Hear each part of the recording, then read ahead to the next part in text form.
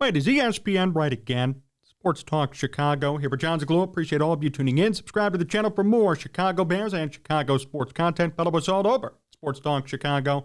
And hit up our sponsor, Amish Country Farms in Orland Park. Link is in the description of this video. We have lambasted and killed ESPN a number of times for their dumb and idiotic takes, but I have to say, they've been on a good streak as of late. Talked about them a few weeks ago in regards to the Bears potentially winning the NFC North. A couple of hosts on air on one of their primetime shows said that the Bears are the favorite to win the North, which I think might be a little bit too ambitious, but nevertheless, it's a far cry from where they were last year in regards to the Bears and the media narrative surrounding them. Now, according to multiple ESPN contributors, came out on Saturday and said this, Roschon Johnson is a rookie, according to them, who is flying under the radar and could have a breakout season. I love seeing this article. Here's a quote from the article, quote, "You might not expect fourth-round draft picks to have a major impact, but Johnson could be this year's Dameon Pierce as a day 3 selection who ultimately leads his team in rushing." Johnson was the backup to Bijan Robinson in Texas, so he didn't get a ton of carries, but he's a 3-down back with power at 6'2", 223. He's also a fantastic pass catcher and blocker in the backfield. In a crowded Chicago running back room, Johnson may not be the Week 1 starter, but he could easily be getting the most carries by midseason. I guess ESPN must be watching this program, because we've been saying that since May. We've been saying that since the day Roschon Johnson was drafted. He will not be starting Week 1. But by midseason, he will be the primary running back for the Bears. They actually surmised it so perfectly. I mean, it's exactly what we've been saying almost to a T. The Bears obviously have a crowded backfield, and they've paid money to certain guys that they're going to be indebted to in the beginning, like D'Onta Foreman, who kind of came in. Khalil Herbert's still on this team. Justin Fields going to be running the football, too. And now, of course, Roschon Johnson is a rookie. There are going to be a lot of guys competing for minimal carries, limited carries early on for the Bears, and it's going to come down to who shows out the most and who is proven to be a great full-dimensional running back. That's who's going to get most opportunities later this season. The article put it perfectly. Roschon Johnson is not just a running back. He can block, he can catch, and of course, he can run. And for the Bears, as the season moves forward, they're going to need somebody who could do everything. That was one of the main knocks with somebody like Khalil Herbert. That's why they drafted a running back. You can never have too many, in my opinion, but still, Khalil Herbert, great runner. He can average 5, almost 6 yards per carry if you let him. But he can't block and he can't really catch. Really can't do anything else but run, weave through holes, and gain yards. And that's not a knock on Herbert, but Roschon Johnson is younger, went to a big school, and knows what's expected of him. But more than that, he's a 3-dimensional running back. He could block, he can catch, and he could run. He will not be the RB1 against the Packers on Sunday. I can tell you that right now. He might get maybe 5-10 carries if he's lucky. I feel like it's going to be Khalil Herbert and D'Onta Foreman leading the charge. And maybe deservedly so. They're older, they're veterans, they've been around the NFL a lot longer. D'Onta Foreman almost had 1,000 yards last year in limited time with Carolina. I understand the thought process, but I think by midseason, it's fair to say Roschon Johnson should be the RB1 on this team. And ESPN and multiple ESPN insiders agree, surprisingly. Here's what it says further in this article, that Johnson entered the organization as potentially the third-string running back behind D'Onta Foreman and Khalil Herbert. Herbert is presumed to be the starter heading into Week 1. Foreman looked like a value signing, but Roschon Johnson is here to stay.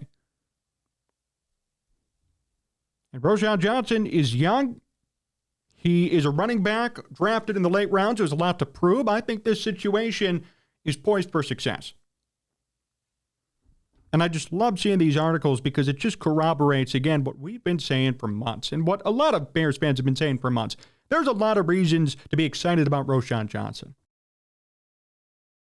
That's the point. It was unfortunate to see the Bears let David Montgomery go in the fashion they did, especially knowing he only signed for 2 years, $10 million with Detroit. Would have been nice to see Montgomery back and then Herbert and Johnson. I would have been much more excited with that backfield. Nevertheless, they have quality guys at running back this year, no matter what. Running's actually going to be their strength, in my opinion, still. I mean, you still have Justin Fields. You still got Khalil Herbert. You brought in Foreman. Now you have Roschon Johnson. They're going to be competing fiercely for limited carries, and that's a great problem to have. But I really think Roschon Johnson, if he just does what he's supposed to do, does what he's known to do, he will stand out and he will be RB1 come week 8. And I love the comparison to Dameon Pierce. Dameon Pierce kind of came in. Nobody really knew what was expected of him. Went to the Texans, almost rushed for 1,000 yards last year as a rookie. And probably would have gotten there had he had more opportunities and more carries early on in the season. And the Texans have historically actually struggled with running the football the past 5-10 years. They've always latched on to one-year running backs who've just been too old, last for a year or two, then they go. Seems like Pierce, now entering his second year, young guy, there to stay, and is probably going to rush for, I would assume, minimum 1,100 yards. Roschon Johnson, if he gets these opportunities this year, it could prove by week 8, 9, 10 that he could be the RB1. We could see him really break out next year when he enters camp and enters the season, the presumed RB1. Right now, even in this article, it says Khalil Herbert, and I would agree. Herbert's been on the team the longest. He could still produce, just can't do much else besides run. Deontay Foreman was brought in, and there was nothing promised to him other than opportunities. And Roschon Johnson's a late-round pick, so I get that. Day 3 selection. They don't owe Roschon anything, therefore he's not going to get tons of opportunities in the first couple of weeks. That's just how it goes. It's unfortunate, but that's the truth and the fact of the matter. That said, making the most of what he's given is what's going to propel him to become RB1. People are coming early to the party because they know what's going to happen. And that's what excites me about an article like this and other articles that have been written like this since May when the draft occurred. To the Bears' credit, whether it's Ryan Poles, Ryan Pace, Jerry Angelo, Phil Embry, for some reason when it comes to late-round diamonds in the rough, especially running backs, wide receivers, cornerbacks, they do a great job drafting. Their scouting department's actually exceptional when it comes to day 3 picks and later. If only they could get day 1 picks good, this Bears team would be winning 4 or 5 Super Bowls by now. They'd be really amazing. They always find ways to just grab these diamonds in the rough, these players who have a lot to show, a lot more to show than people expect late in the draft. David Montgomery, good example, 2nd rounder. Darnell Mooney, 5th round pick. And I think Roschon Johnson's going to be on that path again. I really think he's going to be the real deal for this team.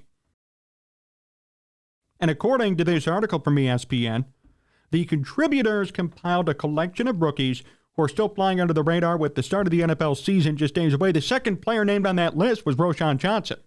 So Roschon was right near the top. Everybody is starting to realize, hey, he's going to get opportunities here in Chicago. The fact that national ESPN insiders are even acknowledging his name is frankly unbelievable. I can't believe they even are in tune enough to know who he is. I guess credit to them for doing some research this time around. Point being, he's on everybody's radar. I'm sure he's on people's radar from a fantasy perspective. I can only imagine many people, I got to grab him, stash him on my team. But more than anything, he's on everyone's radar for the contributions that he could bring to this team right away, week 1, but certainly by week 8 being the primary guy. That's just exciting to see.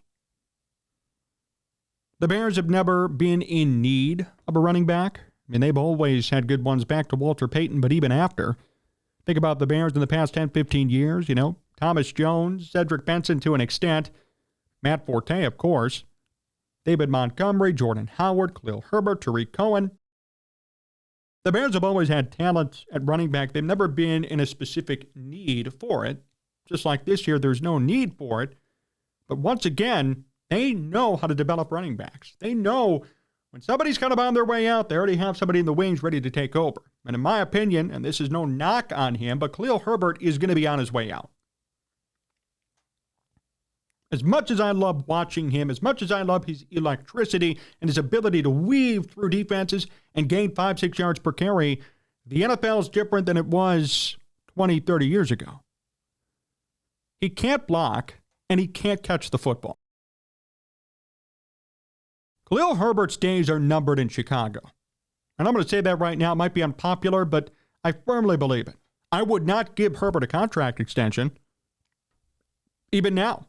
Unless somehow, some way, he improves his blocking and his pass catching so much and then gains 1,000+ yards running, then I could see it. But I don't think that's going to happen with the amount of carries that are going to be there and then the amount of players trying to get those carries. So Khalil Herbert's going to be out the door sooner rather than later. Will it be next year, the year after? I don't know, but it's going to happen. And at that point, the Bears are going to need to find a new primary running back. D'Onta Foreman, frankly, is just too old.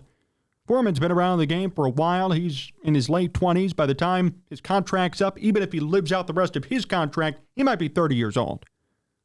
The writing's on the wall for both of these guys, and the writing's on the wall also for Roschon Johnson to ascend and become the RB1. It's going to happen, whether people like it or not.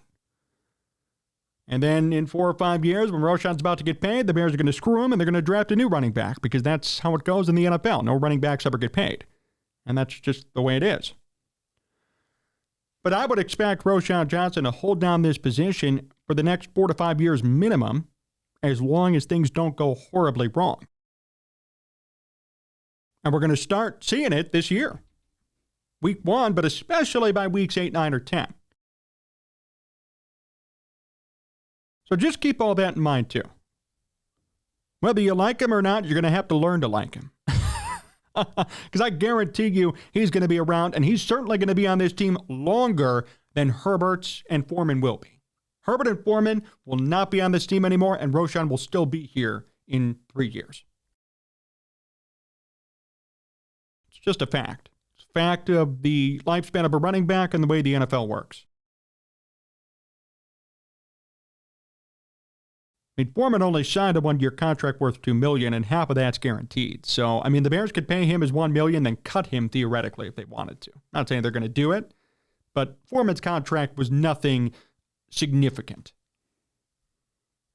And it is a value signing. I mean, Foreman did a great job. Foreman last year did a lot in the limited time he got. So, I'm happy for him getting paid a little bit of money, but he's not the long-term answer.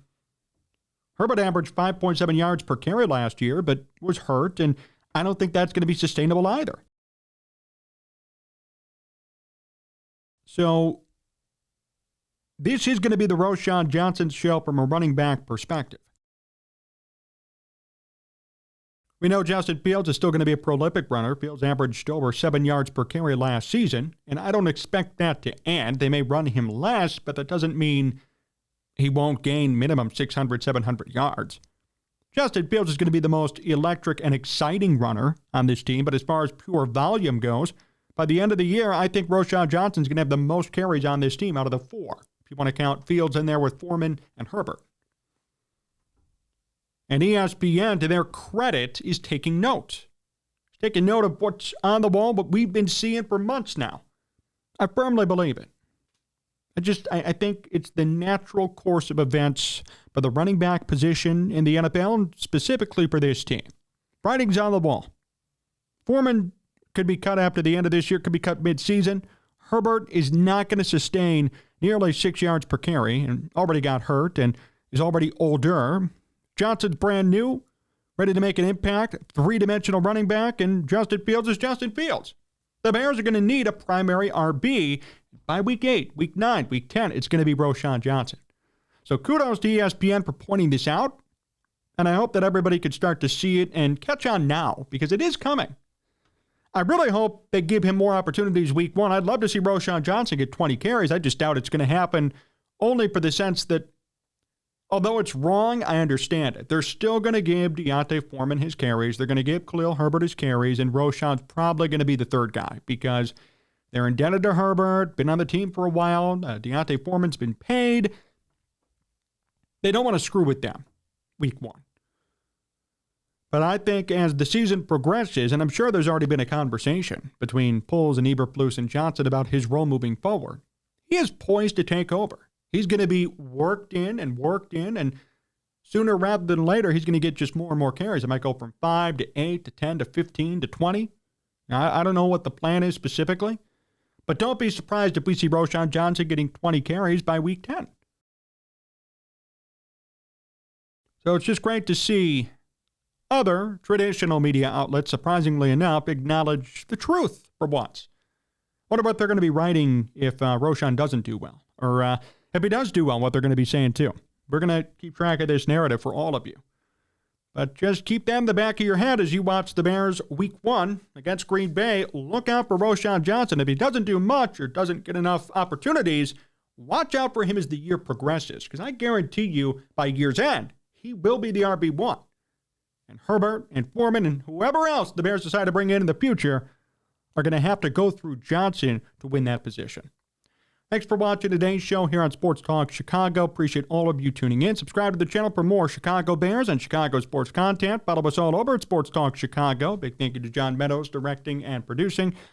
And hit up our sponsor, Amish Country Farms, with the link in the description. So long, everyone.